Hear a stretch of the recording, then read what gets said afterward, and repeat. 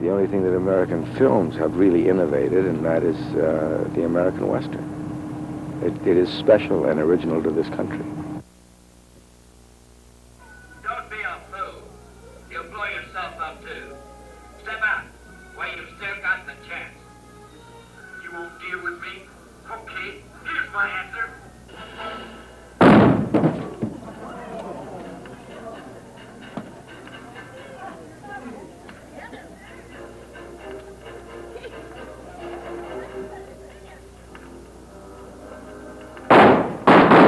Come on, fella. Throw the gun down. You haven't got a chance. Throw it down.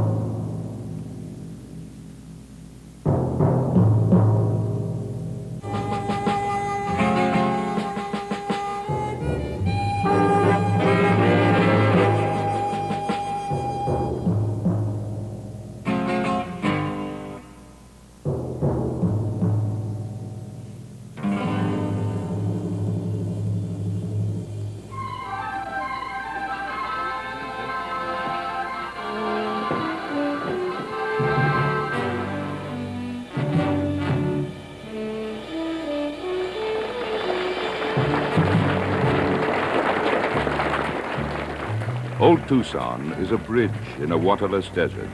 Well, thank you very much, ladies and gentlemen. Our next performance this afternoon... Not a geographical bridge, but a passageway for the mind between actuality and imagination. It's a place of paradox. On the one hand, an authentic reproduction of the West as it was. On the other, the location where people across the globe have envisioned the American West as they wish it had been. Out of fact, it has created legend. On the mythological strata of legend, it has in turn rebuilt physical fact. This cyclic and continuing interplay of reality and illusion is the essence of Old Tucson. It is both unique and representative. Unique because there is no other site quite like it. Representative in the way it physically sums up the forces and materials that compose America's one great contribution to world folklore, the Western movie.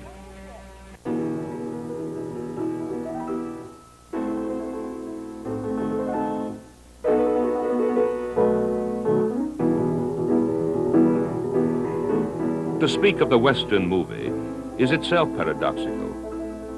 Almost from their start, the movies were Western. The first big commercial success of American film was the great train robbery. And that one reel of celluloid in 1903 turned the industry from a gimmicky side street peep show into the first new medium of artistic expression. Tom Mix, a genuine soldier of fortune and one-time cowpuncher who knew it like it really was. Spirited, reckless Ken Maynard, probably the greatest stuntman star of them all. For over a decade, Hollywood was riding high on a billion-dollar Bronco. Meanwhile, back at the ranches, up in the mountains, deep in the canyons of Arizona, there was too much beauty and authenticity to be ignored completely. In 1912, the Lubin brothers came from Philadelphia to make films there. A two-reeler found the great Douglas Fairbanks Sr. heading south. And the greatest romantic idol of the silent screen, Rudolph Valentino, billowed into Arizona as the son of the sheik. But more miraculous than the translation of southwestern desert into Arabian sand dunes was a technical revolution movies were undergoing.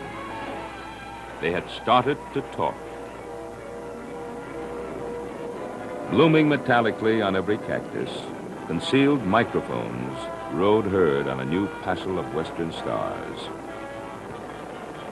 The new dimension of sound only accentuated the western fan's demand for background authenticity in his favorite horse operas. Gone were the days when a director could say, "A tree is a tree, a rock is a rock," shoot it in Griffith Park.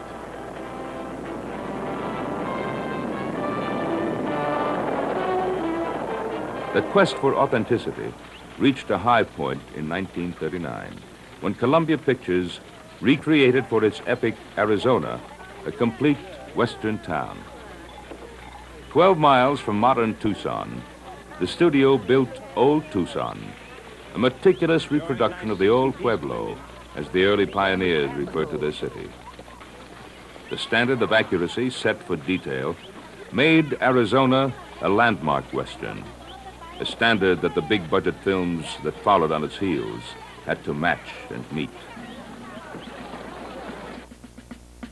This living linkage of actuality and imagination marks Old Tucson today, standing spraddle-legged as a gunfighter with one foot in fact and one in fantasy.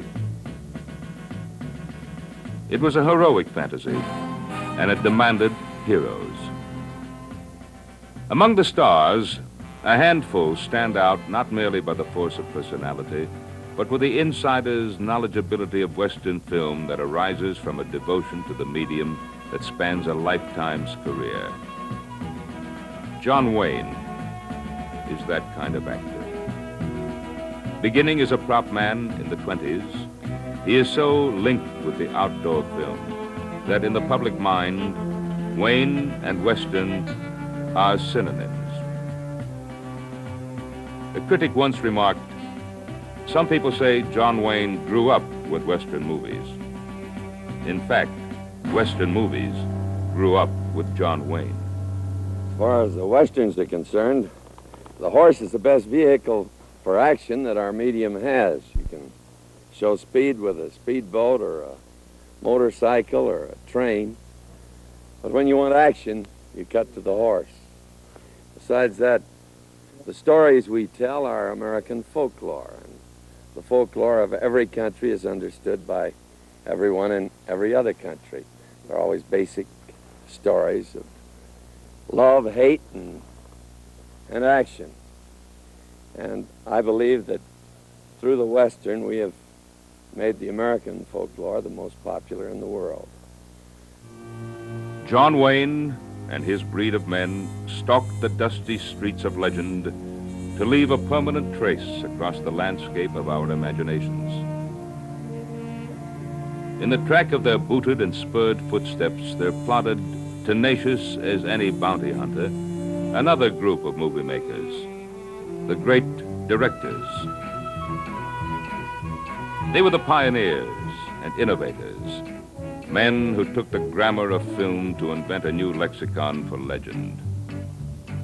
They blazed new trails across a flickering frontier, and among the permanent landmarks on the horizon of the Western motion picture are the films of Howard Hawks, Red River, The Big Sky, Rio Bravo, Rio Lobo. Well, I think Westerns are either good or bad. Almost all the good directors that have tried a Western have made a good picture. George Stevens, Shane, everything that Ford has made. I think they studied the West, they had a knowledge of it, and they enjoyed getting out of doors. I hear a lot about these new techniques and everything, and we stopped using them in 1927, so I don't think that they're new at all. I think if you're any good, you can tell a story with a perfectly simple camera placed at eye height, and then you don't have to use tricks and stunts, which, in my opinion, make it unreal. Even when it is achieving its most direct effects, the Western depends upon most sophisticated technical complexity. Just as much as the classic Greek drama, it produces its gods from the machine. And that machine is the camera. In every movie Western buff, there is something of the child.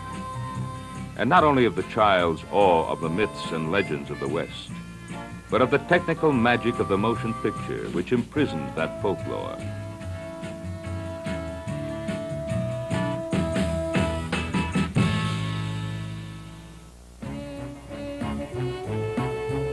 Besides big talkies and home movies, a third revolutionary giant began to glow on the Western horizon.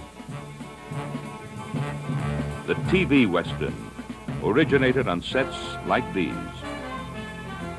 But its destination was the homes, hearts, and hearts of millions of people around the world.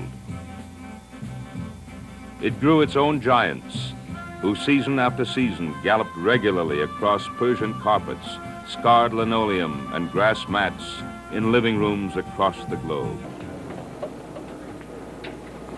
One of the greatest champions of them all, of course, is Bonanza, which not only struck one of the richest loads in the medium's history, but continues to set a record run on TV's time bank.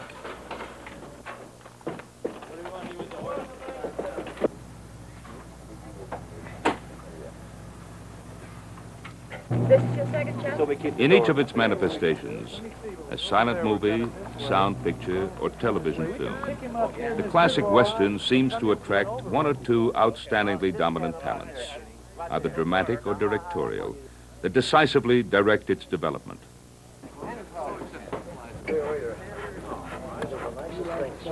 Now I'm dropping a little, Lord. You're supposed to be there, Jack. Yeah. Miss Griswold! Miss Griswold! Producer David Dortot has been to television what such men as Ford and Hawks have been to the theater screen. His influence on the medium began early with the still record-breaking Bonanza and has continued uninterruptedly through such series as High Chaparral. In television, because of the fact that you must tell it and tell it straight, you know, and as it is in a sense, to hold on to that audience, you tell it with a lot more clarity and logic. As a matter of fact, I say the two greatest tools in telling any kind of drama are logic and clarity. In other words, the logic of the story must be so clear that any audience knows what you're talking about, even an audience that doesn't understand the language or knows nothing about the American West. Clarity in terms of the identification of the individual with the story that you're telling, you see. And television really has been a discipline, if you will, a self-imposed discipline due to the shortage of time and money on people like myself or other people like myself who have done it, to tell the Western in as close to classic fashion as it is possible to do.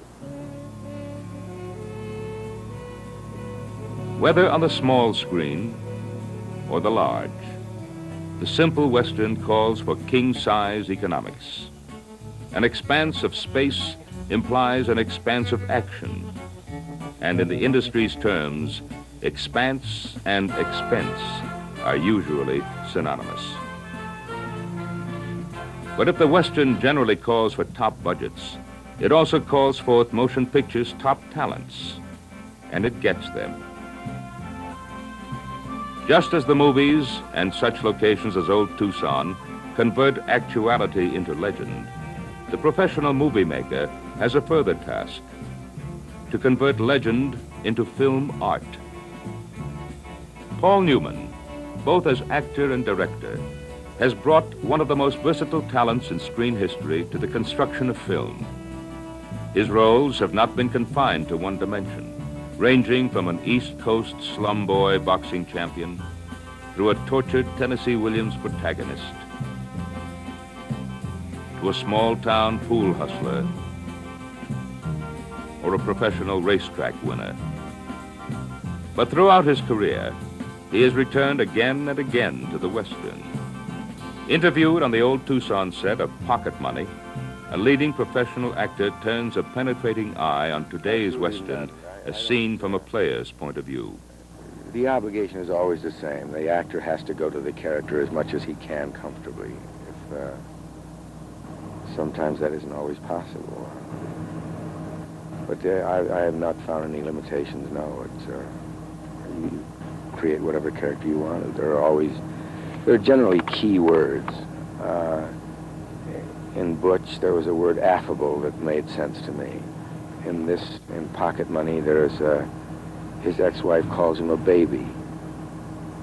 All of those are little kickoffs that you try to use to, get your motor turning over as an actor. I think the westerns that I've done always had very interesting people in them.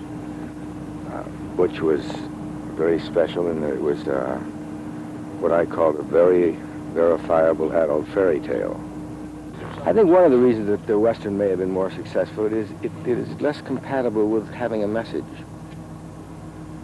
It is adventure, it is entertainment, it is a certain kind of physical kind of excitement to most of them.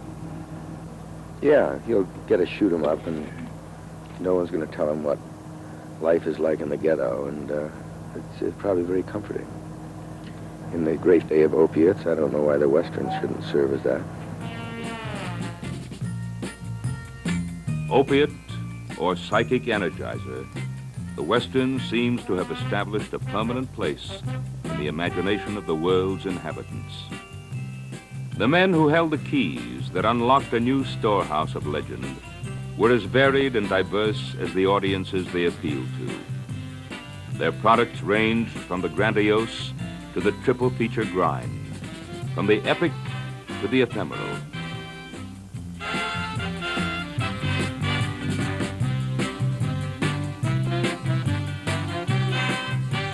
But big or little, Western films seem to have certain enduring common elements. Theirs is a curious wedding of the authentic and the spurious. Reality coupled with the machinery of illusion.